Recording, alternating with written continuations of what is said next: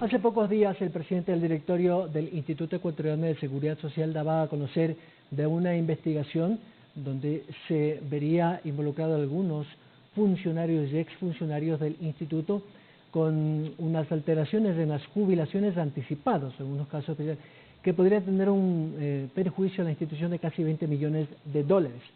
Sin embargo, las autoridades ya han tomado cartas en el asunto y están trabajando precisamente para descubrir quiénes son, en qué condiciones y quiénes podrían ser, digámoslo así, los cómplices dentro de la institución. Conectamos a esta hora de la mañana con el ingeniero Jorge Guapet, presidente de la institución. Ingeniero, ¿cómo está usted? Muy buenos días, gracias por acompañarnos. Un placer, un fuerte abrazo a usted y a todos los televidentes. Gracias, ingeniero. Cuéntenos cómo se dieron cuenta de esta anomalía, en qué momento saltó, me imagino que haciendo auditorías internas. Bueno, mira, esto es un tema que se visualizó en el IES antes de mi llegada, más o menos en febrero de este año ya se envió una carta al Ministerio de Salud donde se les comunicaba de que había una tendencia al alza de solicitudes de jubilaciones anticipadas a través de estos carnets de discapacidad. En función de eso se hizo otra insistencia en en julio del 2020. Tuvimos el apoyo en ese momento del ministro del ramo, don Juan Carlos Ceballos, y cuando saltó todo este problema de los carnets, nosotros comenzamos a hacer una investigación interna, comenzando obviamente casa adentro, si es que existían funcionarios que tenían este problema y si es que habían cumplido o no habían cumplido con toda la normativa para establecer una jubilación anticipada. Los primeros resultados son los que hemos mostrado, un grupo importante, más de 260 personas dentro de la institución, que por algún u otro motivo su procedimiento no tenía que haber sido autorizado, que fue autorizado. Estamos hablando de aproximadamente 20 millones de dólares que se han pagado en esto y que sin duda tiene que haber más gente, porque no solamente involucra a funcionarios dentro de la institución, sino es que sin duda, a la medida que vayamos avanzando las investigaciones, vamos a ir viendo también si es que existe alguna jubilación anticipada de algún privado, de otra persona, que haya incurrido en faltas de procedimiento o que exista algún nivel de colusión, por llamarlo así, entre personas y funcionarios en relación a los informes que son necesarios, sobre todo los informes médicos. Hay casos que nosotros hemos encontrado en la cual quien te da la autorización es el mismo que te hace el informe médico, y coincidencias que definitivamente nos hacen ver de que fueron jubilaciones que no se tenían que haber autorizado en su momento, ¿no? ¿Qué les establece a ustedes la ley o en este caso las, digamos, normativas internas para recuperar esos valores, si es que acaso se pudiese hacer una vez determinado responsabilidades? Porque imagino que... Mira, se envía a Contraloría y además de esto se hace ya un informe interno donde se los va a desactivar y acto seguido de iniciar los procesos coactivos para poder recuperar el dinero. Una vez que obviamente la ley humanitaria lo permite hacer. Desde el día lunes, acabado el estado de excepción, ya corren los 180 días que la ley humanitaria te da para tener las coactivas suspendidas, pero acto seguido nosotros vamos a hacer el trabajo que sea necesario para poder coactivar aquello, y no solamente eso, sino muy independientemente ver si es que existen acciones a nivel penal, obviamente intentarlo establecer, pero a través del órgano regular. Esto es la Contraloría del Estado, quien ya está haciendo un examen especial y a quienes le estamos colaborando también con esta información para facilitarles el trabajo, ¿no? Ingeniero, en las últimas horas se conoció que en las investigaciones de las irregularidades en la compra de insumos y medicamentos en los hospitales de Guayaquil, sobre todo en los que están bajo el régimen de la seguridad pública, siguen saliendo nuevos casos y nuevos implicados. ¿Qué esperaría usted de estos casos?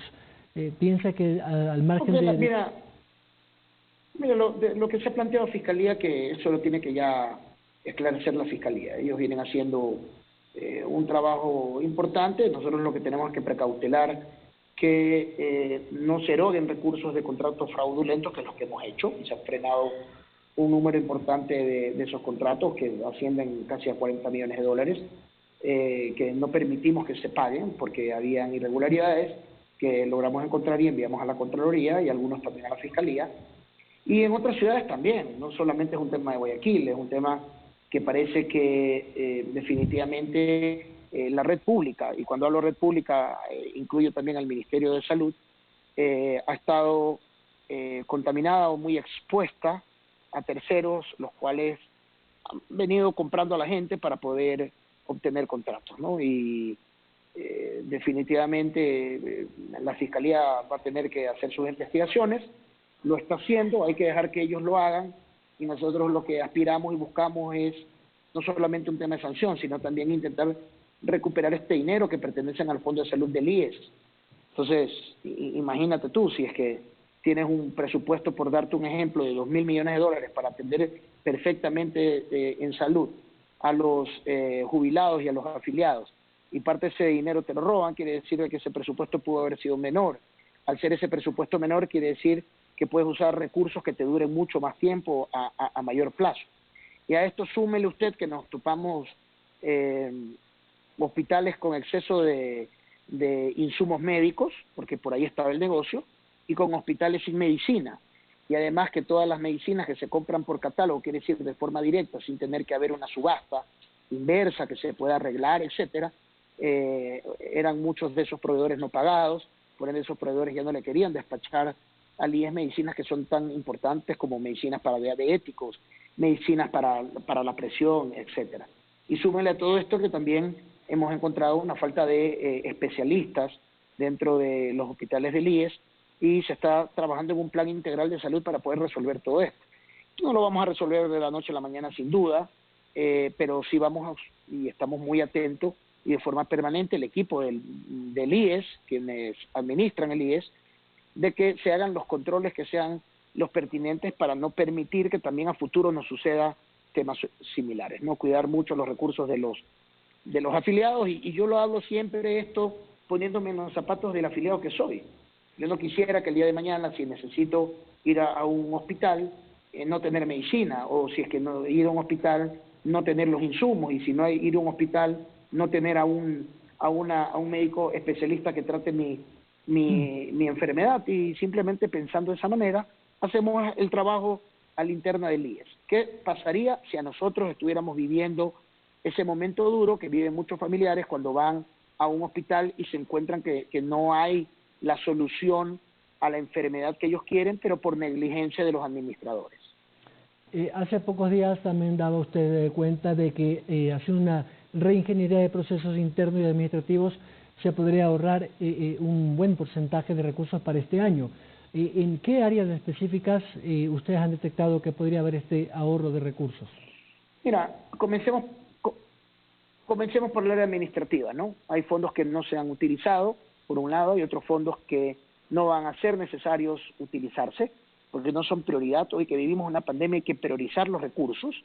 Lo otro son excesos de fondos en las coberturas más pequeñas que tiene el IES, que sus cálculos actuariales generaban una expectativa mayor a la que tienen. Reducir obviamente el presupuesto no quiere decir reducir la atención, sino utilizarlo de forma más eficiente.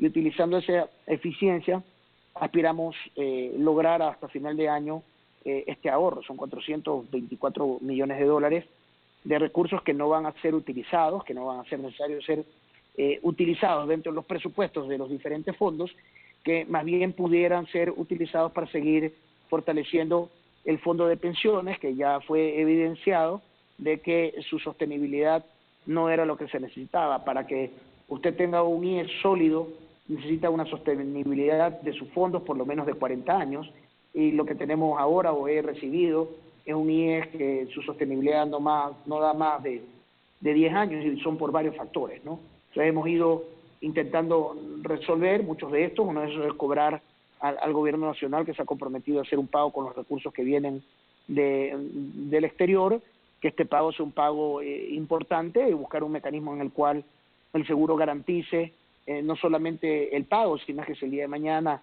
este pago es por algún tipo de activo, ese activo es un activo totalmente productivo y que le genere rendimiento, y con eso crecer en función de las inversiones que hace el IES. Que el IES no siga haciendo, o el BIES, que es el que maneja los recursos del IES, no siga haciendo inversiones con diferentes tipos de problemas. Usted pudiera ver en una administración anterior, compraron papeles de una compañía que hoy está en quiebra, habría que hacer y analizar con qué fundamento se hizo esa compra. Creo que fueron $5 millones que ellos invirtieron en esta empresa que ha quebrado y que también ha afectado a otros fondos de pensiones de otras instituciones, y que nosotros tenemos que perseguir por recuperar esos recursos, y el BIES lo está haciendo. Entonces, esa gran transformación que nos hablaron del BIES en algún momento y que quisieron hacer bulla pública, te puedes dar cuenta de que realmente también tenía sus problemas, realmente no existía una gran transformación ahí, más bien te topas con estas cosas que realmente no deberían haber sucedido. Hay que ser muy cuidadoso con dónde se invierten los recursos del BIES, y esa ha sido mi posición también ante la administración del BIES. Yo presido el BIES, y obviamente mi función como generador de políticas y también generador de fiscalización es tener una línea muy clara ante la administración del banco como la administración del IES, que hay que cuidar los recursos. El hecho que los tengamos no quiere decir que tengamos que gastarlos todos, y el hecho que tengamos que invertir no quiere decir que hay que invertir en cualquier cosa, ¿no? Ingeniero Guate, estoy por finalizar, le agradezco su tiempo y su deferencia. ¿Me puede dar la cifra exacta al 30 de agosto de cuántos menos afiliados reporta el IES? No, más bien tuvimos al cierre de agosto un incremento de 24.000 afiliaciones, ¿no? Todavía muy concentrado el incremento en lo que son las afiliaciones voluntarias. Tuvimos una pérdida, pero fue mínima en el caso del sector público y privado con relación de dependencia, pero aspiramos que ya saliendo del estado de excepción, a la medida que se vaya abriendo la economía, y comenzar a estabilizar los números y comenzar ya a recuperar desafiliaciones. Ingeniero Jorge Guate, muchas gracias. A usted un fuerte abrazo y totalmente a las órdenes. A usted, el titular del directorio del IES, Instituto Ecuatoriano de Seguridad Social, dándonos un amplio resumen de la gestión administrativa y por supuesto de las últimas novedades que tienen respecto a los fondos y la manera de recuperar los dineros también perdidos en algunos periodos. Vamos a la pausa, regresamos con otros invitados de la jornada.